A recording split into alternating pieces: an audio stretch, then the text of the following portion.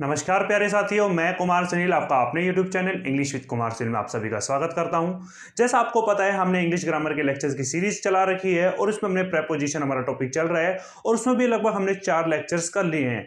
अगर आपने वो लेक्चर्स नहीं देखे हैं तो आप डिस्क्रिप्शन में जाके उनके लिंक्स पे क्लिक करके उन वीडियोज़ को देख सकते हैं और सिस्टम को हिला सकते हैं। तो चलिए शुरू करते हैं आज की क्लास जय बाबा की बोल के। तो देखिए,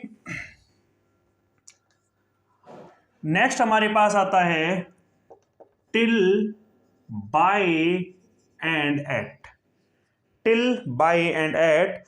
देखिए, आजकल एग्जाम में ये चीजें बहुत आ रही है, टिल कब आएगा, बाय कब आएगा, एट कब आएगा।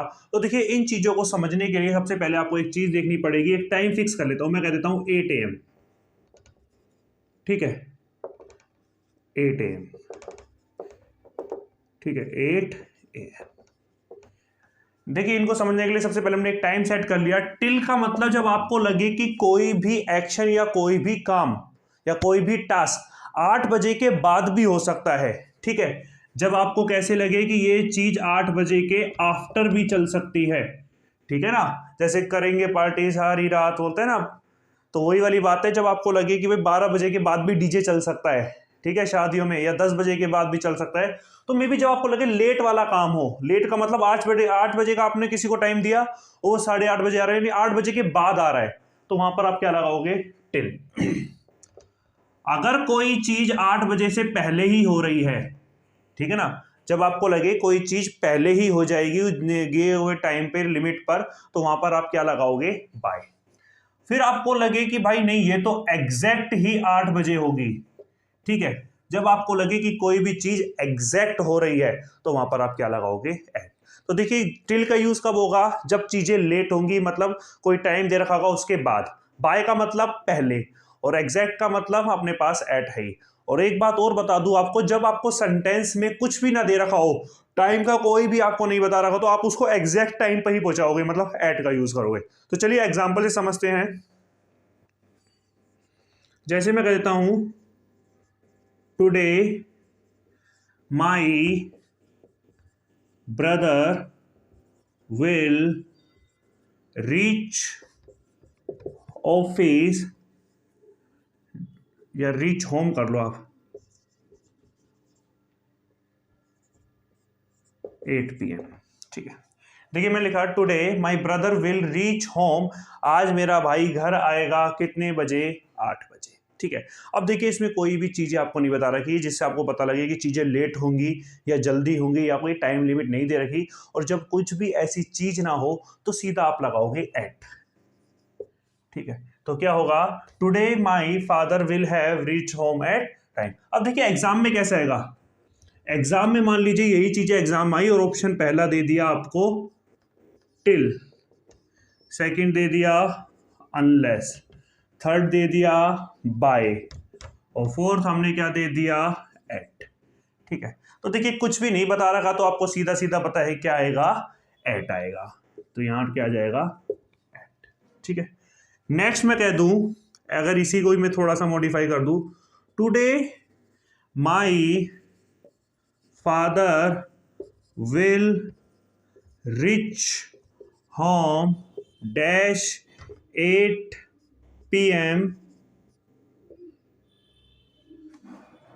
as there is much traffic on the road।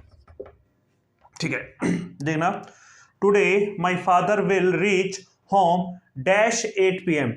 मेरे पिता आज रात को 8 बजे घर पहुंचेंगे, क्योंकि there is much traffic on the road, क्योंकि जो ट्रैफिक है रोड पर वो बहुत ज्यादा है। अब एक चीज बताना, जब ट्रैफिक होता है तो पॉसिबिलिटीज क्या होती है? जल्दी आने की, सही टाइम पे आने की, या लेट आने की। तो देखिए हमारे यहाँ तो भाई यही होता है कि भाई ट्रैफिक है तो मतलब लेट होगा, लेट का मतलब क्या होगा? आफ्टर वाला सेंस होगा, आफ्टर का मतलब क्या होगा? Till 8 PM। ठीक है, तो मतलब ये हो सकता है आप 8 PM के बाद ही आ सकते हैं, उससे पहले नहीं आएंगे, और एग्जैक्ट आने की चांसेस तो बहुत कम हो गए, क्योंकि रोड पर क्या है? ट्रैफिक है। चलिए, इससे समझ नहीं आया, थोड़ा और समझा देते हैं। लो, अब मदर को ले आते हैं। Today my mother will reach home dash 3 p.m. as she left college earlier. Today my mother will reach home dash 3 p.m. आज मेरी माता जो है, माता जी है, मम्मी है, वो घर पे 3 बजे आ जाएंगी। क्यों? क्योंकि शी लेफ्ट कॉलेज, उन्होंने कॉलेज छोड़ दिया था। अर्लियर का मतलब पहले, उन्होंने पहले ही कॉलेज को छोड़ दिया था। ठीक है, तो देखिए सीधी बात है, पहले ही कॉलेज छोड़ दिया टाइम से, तो पॉसिबिलिटी क्या हो गई जल्दी आने की। जल्दी आने के लिए हम क्या करेंगे, बाय। ठीक है, तो आई होप यहां तक आपको समझ आ गया होगा। तो देखिए टिल, बाय और एट की बात करें तो तीनों को हमको समझने के लिए एक टाइम फिक्स करना होगा। टाइम फिक्स का मतलब क्या है, मैंने सबको मान लिया 8 बजे 8 बजे 8 बजे। अगर आपको लगे काम में लेट लतीफी हो सकती है, ठीक है ना, अगर आपको क्या लगे टाइम में लेट लतीफी हो सकती है, तो आप क्या करोगे, आफ्टर। आफ्टर का मतलब टिल। अगर आपको लगे कोई अच्छा बंदा है या काम को समय से पहले ही कंप्लीट कर देगा, तो वहां पर क्या आएगा, बाय। और अगर आपको लगे बिल्कुल एकदम पंचुअल है कि 8 बजे बोला तो 8 बजे ही करके देगा, तो ये एग्जैक्टली क्या हो गया, 8। ठीक है, अब देखिए जैसे मैं कहता हूं example, today my brother will reach home dash 8 PM। ठीक है, आज मेरे भाई घर पहुंचेंगे 8 बजे। और मैंने आपको बताया था जब भी किसी टाइम के बारे में कोई जिक्र ना हो, लेट का ना हो, अर्लियर का ना हो, कोई ट्रैफिक ना हो, बारिश ना हो, तो ऐसे करके एग्जैक्ट ही टाइम लगाएंगे। एग्जैक्ट का मतलब क्या होगा, eight.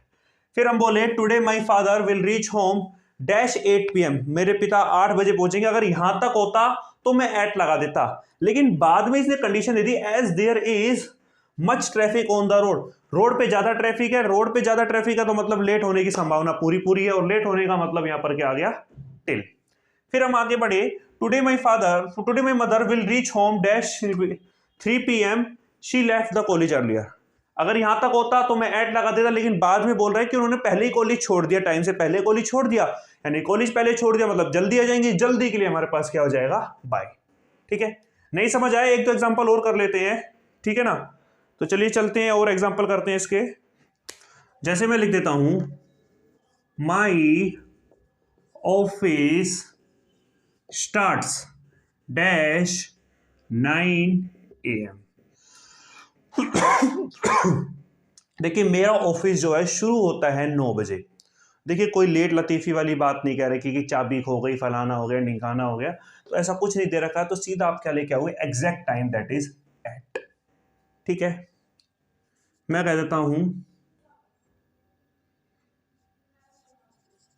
Our institute begins dash 10 AM। Our institute begins, हमारा जो इंस्टीट्यूट है वो शुरू होता है, शुरुआत करता है कहाँ से, अपनी 10 AM से, मतलब सुबह के 10 बजे से। कोई दिक्कत नहीं है, एट। ठीक है, देखिए ये फालतू के पंगे में मत पड़ो कि आप मैसेज कर रहे हो पढ़ते पढ़ते मोबाइल में से। होता क्या है, बच्चे जब पढ़ने बैठते हैं ना, तो उनको डिस्ट्रैक्ट करने के लिए एक मैसेज जरूरी होता है, और वो मैसेज आपको पता है किसका होता है। ठीक है, तो देखिए अगर आपसे लड़की ये बोले ना कि तुम बहुत अच्छे हो, तुमको मुझसे भी अच्छा मिल जाएगा, तो इसका मतलब ये है उसको तुमसे अच्छा मिल चुका है। ठीक है ना, तो ये ऐसे डिस्ट्रैक्ट मत होना।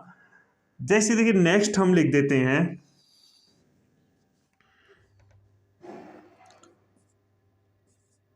प्लीज पे यूर आउटस्टैंडिंग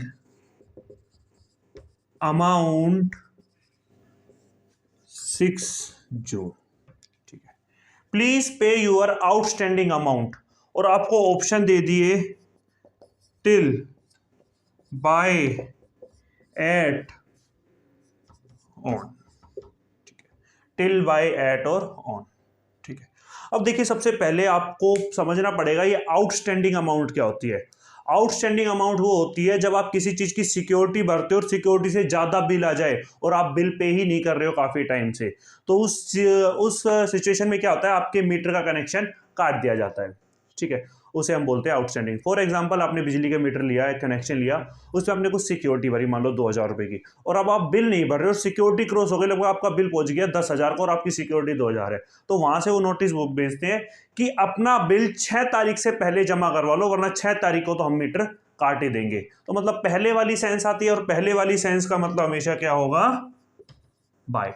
तो क्या होगा, please pay your outstanding amount by 6 जून। तो देखिए, माई ऑफिस स्टार्ट -9 AM, पता ही है आपको ऑफिस स्टार्ट हो रहा है, ठीक, दैट इज कोई टाइम नहीं दे रखा लेट या जल्दी वाला, तो एट। आवर इंस्टीट्यूट सेम है, दैट इज एट। लेकिन पे आउटस्टैंडिंग अमाउंट का मतलब होता है अपने बचकाया राशि को है जमा करवाएं किससे पहले, 6 जून से पहले, ठीक है। चलिए चलते हैं आगे। देखिए नेक्स्ट आता है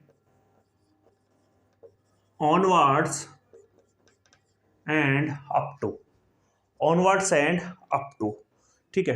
देखिए इसको करने के लिए आपको बेसिक नॉलेज या आईक्यू होना चाहिए, ठीक है, कोई बड़ी बात नहीं, आप ये चीजें देखते हो।